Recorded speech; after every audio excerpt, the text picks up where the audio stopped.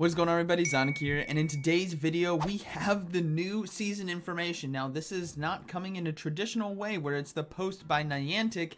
It was actually released live at the LA regional for Play Pokemon, and this was a screenshot that was chopped together by Jason on Twitter, so shout out to him. Thank you for doing this. I'm just kind of stealing this there from you. But what we have here is the attack updates and all the new moves that are going to be added onto Pokemon. So we're going to go ahead and dive into that, talk about all the impacts this could have on the meta, and let me know what your guys' thoughts are on this. All right, so we have Scald. Scald is being nerfed. A chance to lower the opposing Pokemon's attack is now decreased. It used to be 50% chance. I imagine, if I was to take a guess, we won't know until we see the actual numbers. I imagine that this will drop to about 17%. That's going to be my guess, maybe in the 20s, but I think we might see a substantial nerf to Scald because it was always a flip of the coin, right? Whatever, if you got the debuff, it was huge. If you didn't, it's devastating. And as for the when these attacks are going to go live, it says at the top here, Monday, June 3rd is when it will start. So that's pretty interesting. Considering that's not the start of the month on June 1st. Curious about that. All right. Spark is getting a nerf. This is probably a direct target at Lantern. With how popular and powerful it has been, its power is being moved down from 6 to 5. This won't do that much. There will be some situations where maybe that extra damage added up over time against something like a Mandibuzz or against something like a Skarmory, where you're going for an aggressive farm down, might come back to bite you if they get an extra Sky Attack, an extra Brave Bird, an extra Foul Play in. In terms of its ability to put out charge moves, it's going to be exactly the same. So I still think Lantern is going to be strong. It's just going to have some niche situations where you can't farm down as aggressively. With Scald, we'll have to see if Whiscash drops out. I think Poliwrath will be alright because it does have versatile moveset. But Scald made Whiscash meta, and if this is extremely low, like the 17% range, I think it'll still be good, but it won't be a top option. Next up, we have Seed Bomb. This is getting its damage increase from 60 to 65.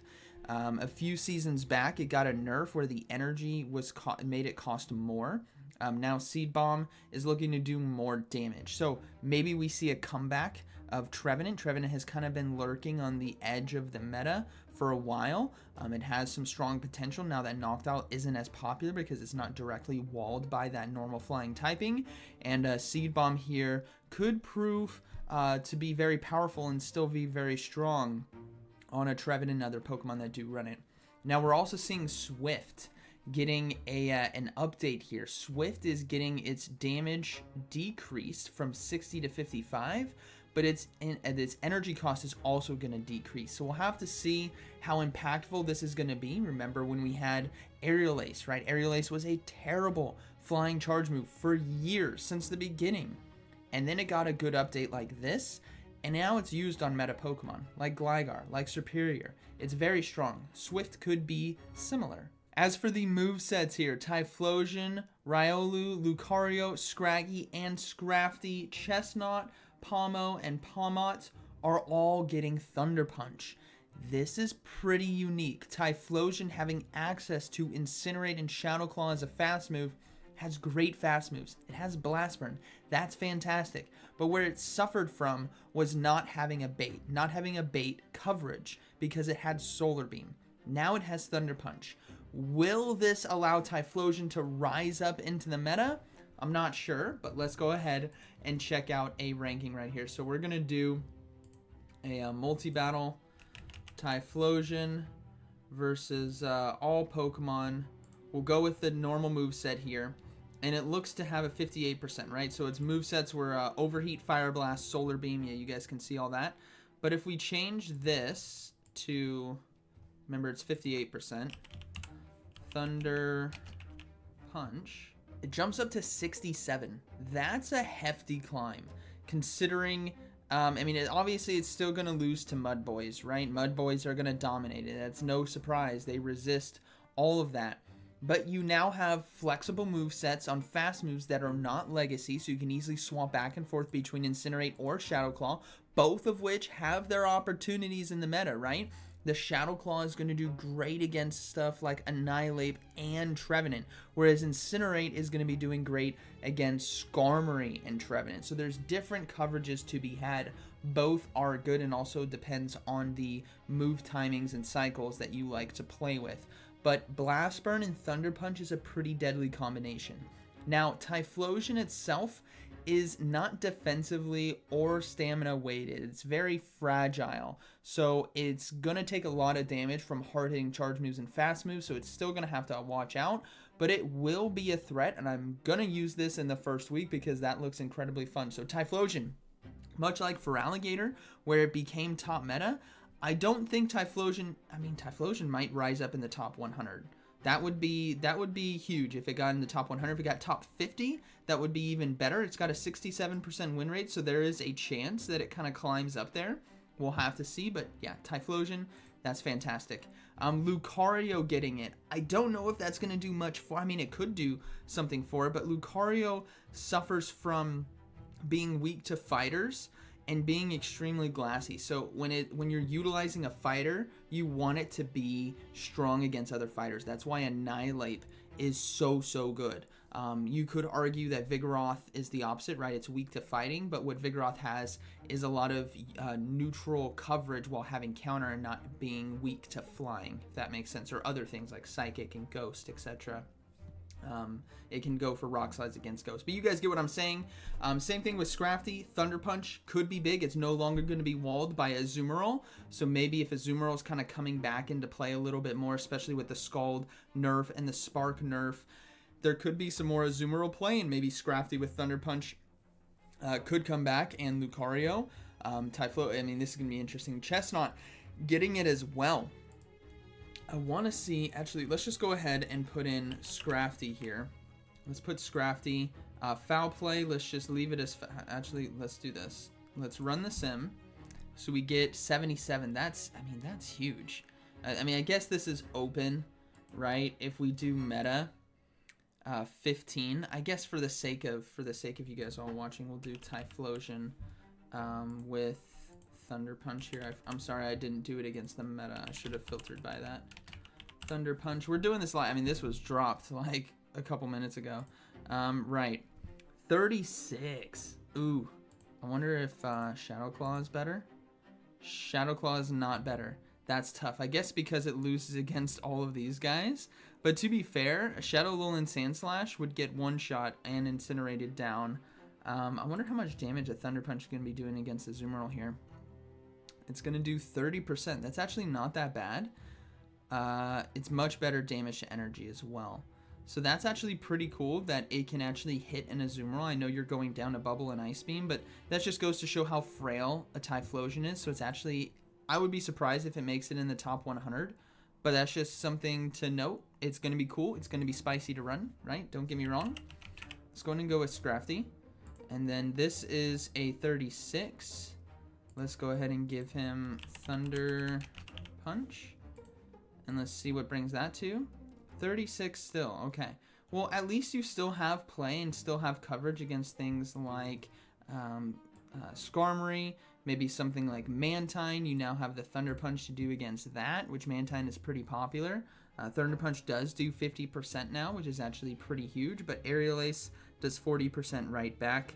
And the energy gain, it's only going to be taking, what is it, six counters to get to it?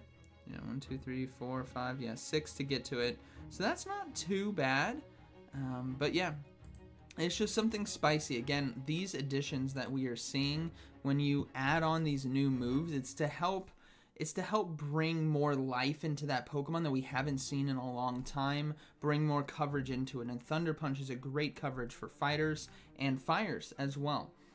So now what we have is we're going to have fast attack of counter on Lockix, which I have never touched this thing. I don't even know. Oh my goodness, what?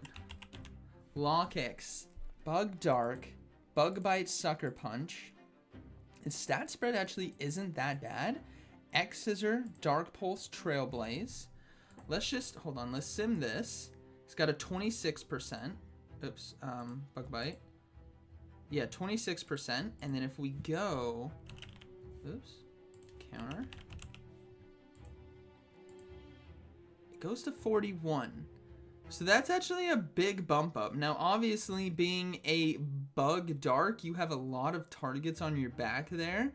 But ultimately, I mean, what can it be? Let's get excited about some stuff. It could beat a Skarmory. That's interesting. It could beat Trevenant. It could beat Umbreon, Dugong, Sandslash, Victory Bell. It can be, oh, okay. Bastiodon, so it could break apart Bastiodon, Victory Bell cores. That is pretty cool. So, something spicy here. Lockix, the bug dark Pokemon. Counter, X-Scissor, and Dark Pulse. I mean, you could go maybe Trailblaze, but I think X-Scissor, Dark Pulse might be pretty good. We have Satotl here with, I hope I'm pronouncing that correctly, getting Powder Snow, and the evolution there, Setitan with Powder Snow.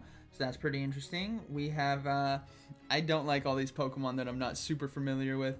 Naganadel, I believe that's relatively new, getting Dragon Claw. And this is where something interesting is coming in. We are seeing Swift be put on a lot of Pokemon. Clefable, Wigglytuff, Ursaluna, maybe for Master League. I'd be curious to see how it performs with Clefable, because it has the Fairy Wind fast move, right, for high energy gain. So that would be really interesting, because now you have different coverage, whereas typically you have Meteor Mash and Moonblast.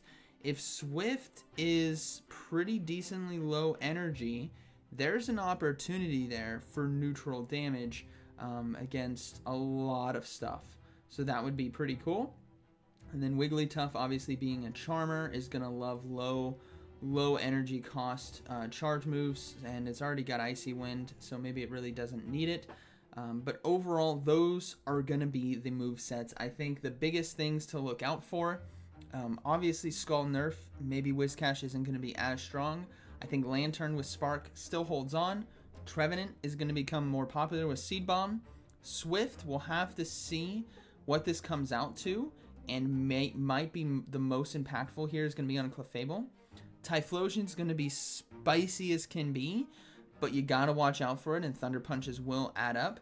And then Lucario and Scrafty might get some love with Thunder Punch against the meta. I think the rest of this, oh, and the Lockix too, that's going to be pretty interesting with counter.